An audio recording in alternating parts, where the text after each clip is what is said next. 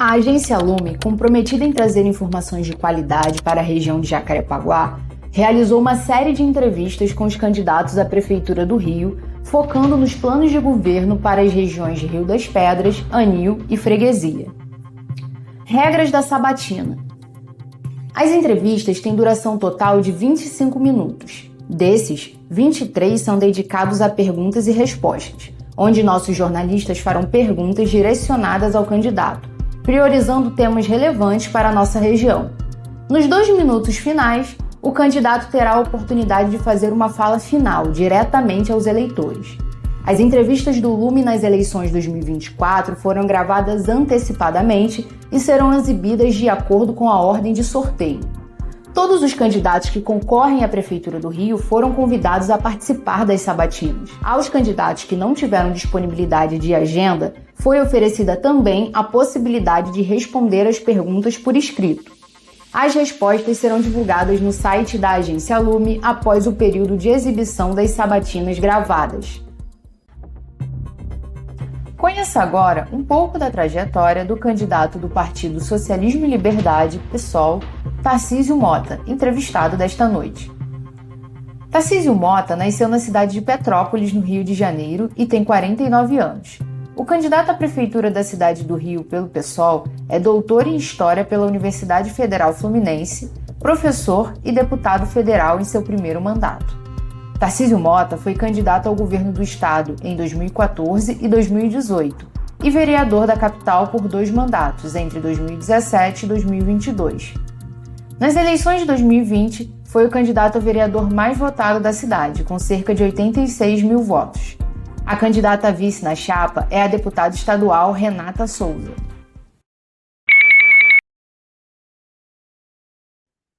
Estamos iniciando a entrevista com o candidato do PSOL à Prefeitura do Rio, Tarcísio Mota. Tudo bem, Tarcísio? Tudo bem, obrigado pela oportunidade de estar aqui falando com vocês. Muito obrigado por essa possibilidade. Nesse processo eleitoral sempre é bom quando a gente tem tempo para falar com o eleitor. Bacana, Tarcísio. Então, vou começar aqui com uma pergunta sobre mobilidade urbana. No tema da mobilidade, a região onde estão Rio das Pedras, Anil e Freguesia não conta com transporte de massa. Moradores e trabalhadores que frequentam a região, eles dependem exclusivamente das linhas de ônibus comuns, vans, táxi, transporte por aplicativo. Isso faz com que as vias dos bairros não consigam dar vazão ao número de carros nos horários de pico. Então, eu queria saber, se eleito, como que você pretende melhorar a mobilidade urbana nessa região? Olha, sobretudo que a gente precisa entender que nós temos duas coisas muito importantes. A primeira delas é garantir a integração entre os tipos de transporte, os chamados modais. Então, regiões que hoje são atendidas, sobretudo pela questão de vans e ônibus comuns, precisam ter linhas entre os bairros que alimentem os transportes de maior capacidade, BRT e, sobretudo, a questão de metrô e trem. E esse é um tipo de questão que a Prefeitura do Rio tem descuidado, porque ela faz com que a malha de ônibus não sirva à alimentação daqueles transportes de maior mobilidade. Então tem que ter aquilo que nós chamamos de integração de modais e, ao mesmo tempo, a integração tarifária. É preciso diminuir o custo do transporte no bolso do trabalhador, seja com a questão de que ele tenha mais tempo para usar os cartões que dão direito a uma, duas, e é preciso ter mais passagens de ônibus no mesmo cartão para isso, reduzindo o preço total da passagem, seja com políticas como que a gente está apresentando, o chamado Sextou Carioca, que é o início da questão da tarifa zero na cidade do Rio de Janeiro. Iniciar a questão de ônibus gratuito, ônibus e bicicletas, daquele sistema de bicicletas municipais, a partir do domingo, depois chegar no sábado e na sexta-feira, inclusive como parte de implantação de um programa de tarifa zero para toda a cidade do Rio de Janeiro, porque transporte é direito. Mas olha, especificamente para a região de Jacarepaguá é preciso cobrar do governo do estado que a gente tenha a expansão da malha metroviária da região metropolitana que possa também atender essa malha. Não vamos ser capazes de suportar a carência e a demanda de transporte público na cidade do Rio de Janeiro, em várias regiões, se a gente continuar a apostar apenas no transporte sobre rodas. É preciso ter o Rio sob trilhos. Isso significa não só cobrar do governo estadual as suas obrigações, como contribuir para que esses transportes que hoje estão dentro do território da cidade possam ter a qualidade necessária. Isso tudo se faz com integração, com cobrança e com política pública, porque transporte é direito. Tarcísio, você falou sobre cobrar que o governo do estado dê continuidade à expansão do metrô, por exemplo, né? Você acha que é possível, num possível governo do PSOL, o governo atual atuar? A gente sabe que é uma responsabilidade do governo fazer essa expansão, mas com a gestão atual do município já não existe essa comunicação. Você acha que num possível governo de vocês, o governo estadual vai cooperar para fazer esse trabalho de expansão do metrô? Então, o que a gente tem dito é que o governo estadual tem que cumprir com suas obrigações e cabe ao prefeito exercer a sua autoridade de cobrança. O governo do estado não fará nenhum favor em ampliar a malha do metrô, né, seja na questão da região de Jacarepaguá, seja na integração ali da separação definitiva entre as linhas 1 e 2, fazendo no centro da cidade a ligação entre a Carioca e o Estácio, que é uma ligação decisiva para que o metrô possa se expandir, seja concluindo a perspectiva de uma linha 1 que é circular, isso tudo é obrigação do Estado. O que acontece de fundamental é que a gente tem hoje uma autoridade metropolitana no estado do Rio de Janeiro. Essa autoridade metropolitana, ela é esvaziada, porque o prefeito da cidade do Rio de Janeiro prefere não apostar nesse espaço e o governo do estado também prefere não apostar. Eu, como prefeito dessa cidade, vou exercer a autoridade do prefeito da capital nesse espaço de articulação metropolitana para resolver problemas que só se resolverão quando nós pensarmos o Rio como parte de uma metrópole que incorpora também a questão da chamada Baixada Fluminense, sobretudo da Baixada Fluminense. E aí significa a questão do transporte público, a questão da segurança e a questão da saúde pública. Não se resolverão esses três problemas sem que você aposte numa integração metropolitana, e aí o prefeito da capital, da cidade mais populosa, tem um papel fundamental de cobrança. Não significa que nós vamos brigar com o governo do estado o tempo inteiro, mas apenas exigir que o governo do estado cumpra com sua obrigação para com a população. Porque o morador da região de Jacarepaguá não mora no estado, no país ou na cidade, ele mora no bairro e quer ser atendido pelo poder público. E, portanto, é papel do prefeito não ficar inventando, fazendo videozinhos de TikTok, tentando fazer obras eleitoreiras, no lugar de fazer aquilo que resolve. E vai resolver se nós tivermos integração. E a integração é planejamento dos transportes e, ao mesmo tempo, redução da tarifa. E cobrar do governador Cláudio Castro, se ele for governador até lá, né, a gente não sabe quanto tempo mais ele será governador, que ele cumpra a sua função. E cumprir a sua função é, para esta região, a expansão do metrô. Tarcísio, ainda no tema da mobilidade, a gente viu lá no seu plano de governo você comentar sobre o transporte aquaviário no Complexo Lagunar da Barra de Jacarepaguá, que foi trazido pela gestão atual como uma solução para o transporte aqui da região, mas a gente sabe que esse projeto é um projeto a longo prazo, que ainda vai demorar. O que você acha sobre esse projeto? Se eleito, você vai manter? Olha, a questão do transporte aquaviário, ele é decisivo para a geografia que a gente tem no Rio de Janeiro, seja na questão do complexo lagunar, né, dessa região, seja na própria Baía de Guanabara. O que a gente precisa é ter o controle público sobre a gestão do transporte que aposte na diversidade e na perspectiva sobre aquilo que é o transporte de alta complexidade, de alta capacidade, de média, ou o transporte sobre rodas, que é o transporte que, inclusive, se tem aí modais diferentes sobre isso. Então, nosso objetivo é que, a partir do planejamento, e hoje já existe um início desse processo, a gente amplie a oferta do serviço de transporte para garantir que o cidadão possa se deslocar entre um local e outro como um direito, como algo que não seja o tempo inteiro o caos que é hoje. Né? Recentemente, quando a gente teve com o processo do chamado Se a cidade fosse nossa nessa região, uma das reclamações que eu mais ouvi é exatamente a questão da falta de disponibilidade de transporte para a região. Nesse ponto de vista, o transporte aquaviário ele é um complemento a essa perspectiva da integração que vai levar o morador, o cidadão, sobretudo ao transporte de alta capacidade, para conseguir chegar ao centro da cidade, para conseguir chegar à universidade, aos espaços da cidade, que são decisivos. E, ao mesmo tempo, o transporte cotidiano dentro das regiões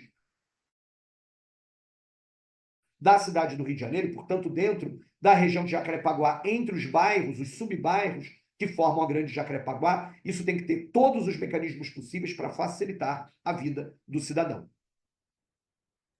Bom, então agora vamos para o tema da habitação. No seu plano de governo, você fala sobre o déficit habitacional na cidade e fala que, se eleito, pretende iniciar uma política de urbanização de favelas.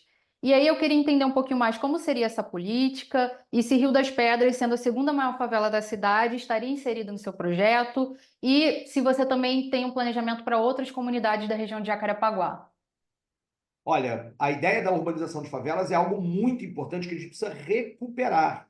Eu me lembro, por exemplo, que o debate, ainda na questão de um processo, ainda nos governos César Maia, em que nós tínhamos a existência dos chamados pousos, né?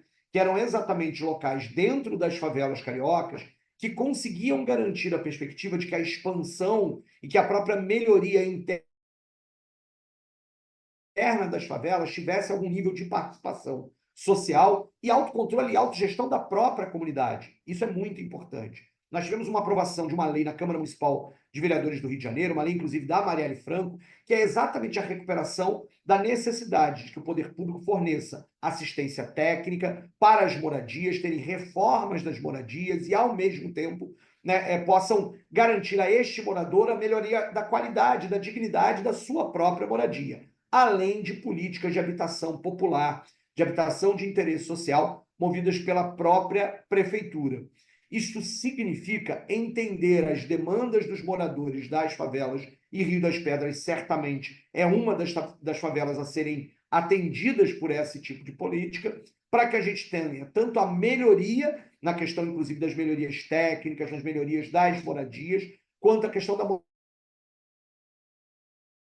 moradia digna.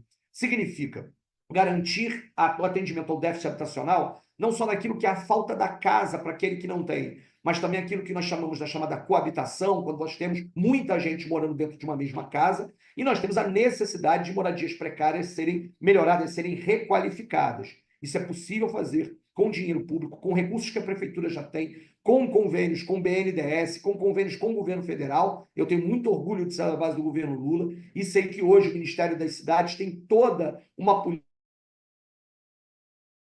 para as regiões de favela, para que dessa forma a gente possa garantir que o morador tenha uma casa com dignidade, com segurança e possa viver bem e dignamente dentro da sua própria casa. Então, a lógica da política de melhorias nas favelas, de requalificação, de urbanização das favelas, ela segue essa perspectiva de uma gestão democrática da cidade, que oferece ao morador a possibilidade, mas garante o direito dele à moradia e habitação digna. Né? Nós costumamos dizer que morar é um direito, e morar dignamente mais do que isso. Bom, vamos seguir então para a educação. Você fala sobre um plano de zerar a fila das creches, né, até 2028, e que vai oferecer creches em tempo integral e com período noturno, que a gente sabe que é super importante para que essa mãe, esse pai, eles possam trabalhar, estar ali no mercado de trabalho. Bom, além de citar Anil e Rio das Pedras como bairros mais carentes de vagas, então eu queria que você falasse um pouquinho sobre esse projeto de creches, né, e como ele vai impactar a população aqui da região. É isso. Num levantamento feito pela própria Defensoria Pública do Rio de Janeiro, e ao olhar as filas de creches hoje existentes na cidade do Rio de Janeiro, nós identificamos que Anil e Rio das Pedras são alguns dos bairros em que o déficit de vagas de creche estão muito grandes.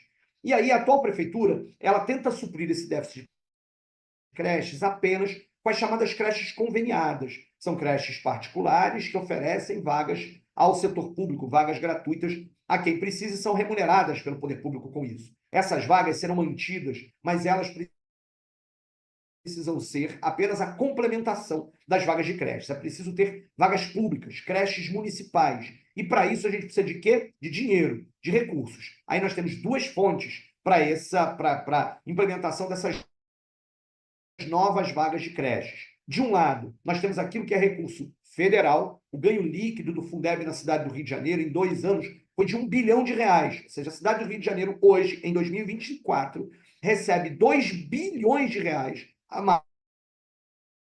mais, perdão, R$ 1 bilhão a mais do que em 2022. Isso é dinheiro que precisa estar investindo onde a gente tem as maiores carências da educação pública. E, nesse caso, a construção de creches é uma delas. Há também programas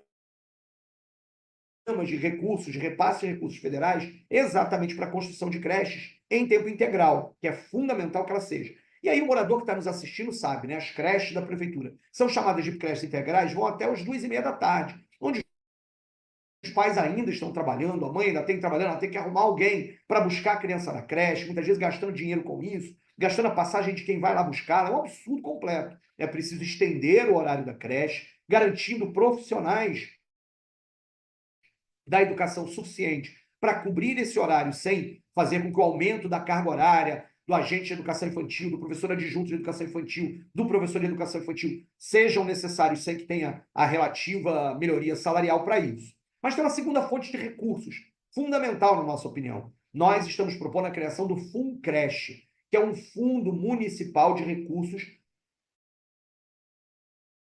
para reforma, ampliação de creches, para a construção de novas creches. Ele funcionaria da seguinte forma: nós vamos pegar da arrecadação do ISS, que é um imposto municipal, e no primeiro ano do governo vamos reservar 1,5% do ISS. E vamos chegar no último ano do primeiro mandato do nosso governo a 5% do ISS. Portanto, pelos valores de hoje, no último ano de governo, só no último ano de governo, nós teríamos 400 milhões de reais para aplicar em reforma, ampliação e construção de novas creches públicas. Com esses recursos, na nossa opinião, é possível zerar a fila de creches,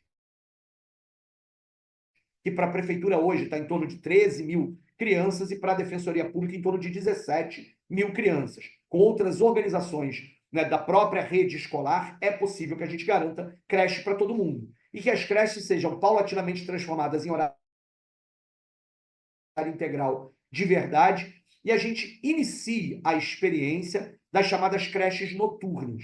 Elas estão baseadas numa ideia de um projeto de lei que era também da Marielle Franco e meu, lá em 2017, apresentado e aprovado depois do assassinato de Marielle, mas sancionado pela prefeitura, mas nunca implementado, que é a perspectiva de que em determinados bairros, e na nossa opinião aí, novamente, Anil, Rio das Pedras, são lugares em que isso deveria ser implantado, nós pegaremos já o espaço existente de creches públicas e abriríamos espaço para que aquelas mães que trabalham no horário noturno, que muitas vezes têm que trabalhar, por exemplo, num shopping center, no comércio, que às vezes funciona até mais tarde, ou tem que trabalhar numa firma que obriga, ou que é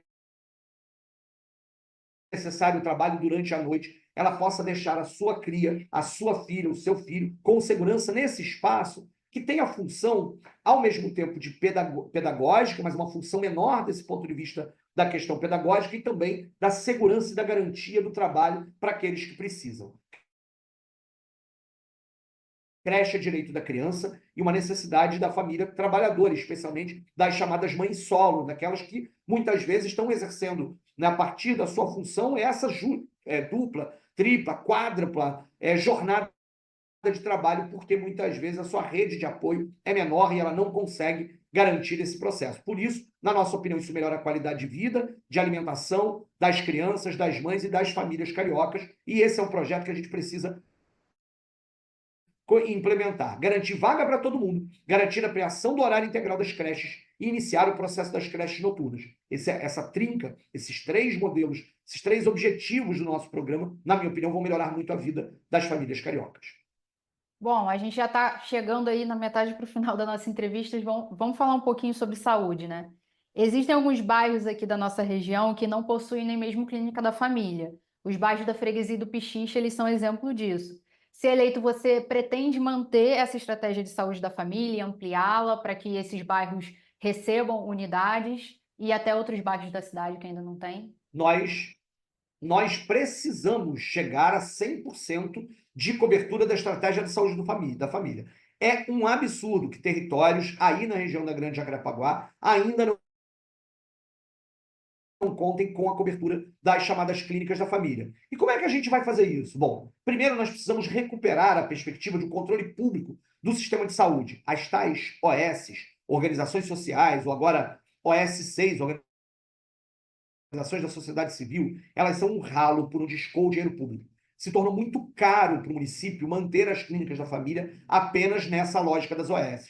Para que a gente tenha melhor eficiência do gasto público, é preciso retomar o controle público desse processo. É claro que isso não será feito de uma hora para outra. Então, a expansão das chamadas clínicas da família será feita também com clínicas da família eminentemente públicas, com funcionários, agentes comunitários de saúde, médicos, enfermeiros, técnicos de enfermagem, também contratados via concurso público, com plano de carreira. Isso permite uma maior vinculação do profissional de saúde com o bairro onde ele está atuando, uma maior permanência para conhecer aquelas famílias que ele está atendendo na chamada na atenção primária, que é a estratégia de saúde da família. E nós sabemos, aquele que está nos assistindo certamente sabe, que a gente não consegue resolver os problemas da saúde se nós não tivermos promoção à saúde e prevenção. O atendimento e o tratamento da doença é o último ciclo, quando as outras coisas deram errado. Como é que a gente promove a saúde? Promove a saúde com alimentação adequada, com saneamento básico. Como é que a gente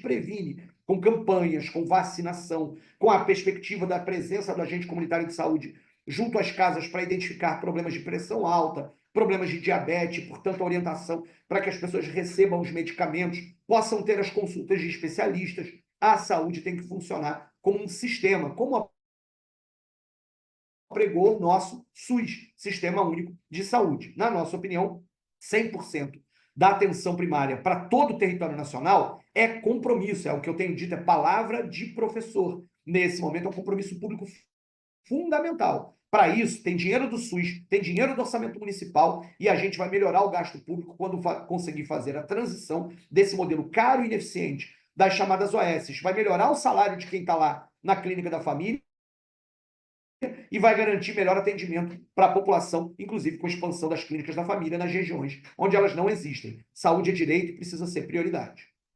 Bom, candidato, faltando 3 minutinhos, vou fazer a pergunta super rápida aqui para dar tempo. No mês de julho, a Agência Lume publicou uma reportagem que traz dados alarmantes sobre o impacto das mudanças climáticas na Baixada de Jacarepaguá, né?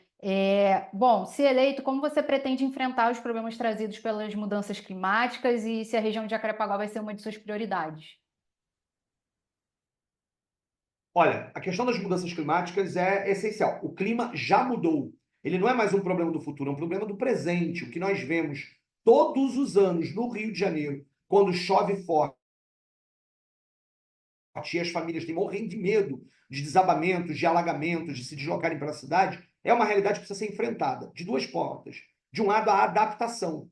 E aí, adaptar a cidade é conhecer o território, conhecer a geografia do território, conhecer as vulnerabilidades desse território e orientar as famílias para que elas possam entender como é que o território vai agir diante de um evento climático extremo, seja uma chuva forte, seja uma onda de calor. Isso significa, por exemplo, garantir que o sistema de alerta e alarme, que só existe no entorno do maciço da Tijuca, possa existir também no entorno do maciço da Pedra Branca. E aí nós temos na região da Grande Jacarepaguá regiões que têm o sistema de alerta e alarme e regiões que não têm. É um absurdo. Para que o morador saiba, quando a sirene toca, a chuva forte está vindo, ele precisa se deslocar, ter rota de fuga, ter ponto de apoio. Ao mesmo tempo, se alguma tragédia acontecer, ter a defesa civil para poder resolver rapidamente, ter o aluguel social reajustado todos os anos, garantia de que esse aluguel social dê minimamente para que a pessoa possa suportar esse período em que ela está sem moradia até que a moradia digna lhe seja oferecida novamente. E, com isso, articular os órgãos GeoRio, Rio Águas, COR, Defesa Civil, para que a cidade esteja preparada para os eventos climáticos extremos. Mas é preciso também fazer da cidade um lugar de transição ecológica e transição energética. Geração de energia que não seja de origem de combustível fóssil,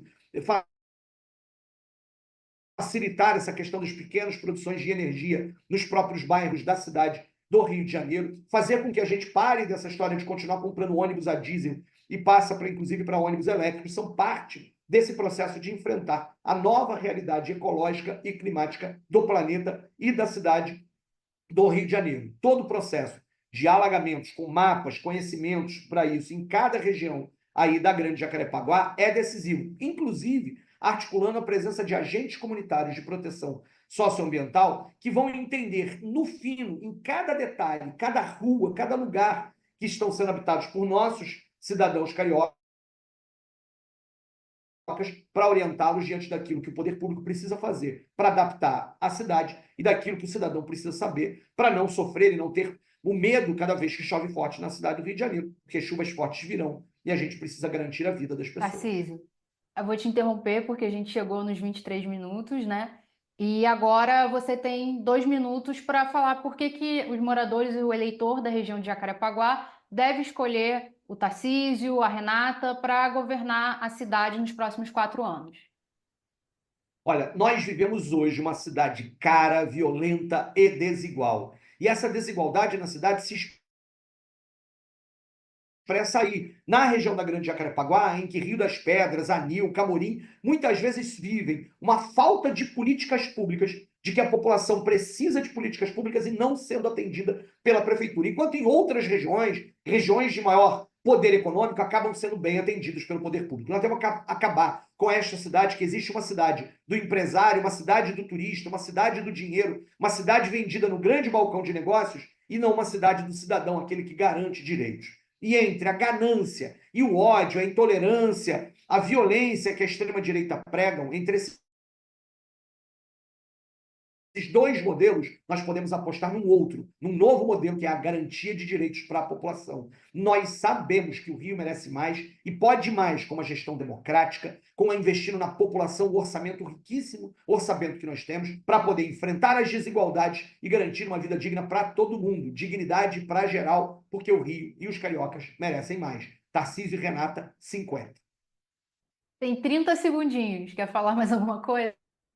Não, eu acho que é um pouco isso mesmo. Eu acho que a gente já encerrou, eu acabei sobrando 30 segundinhos, mas, sobretudo, a preocupação de que a gente tenha uma vida digna para todo mundo.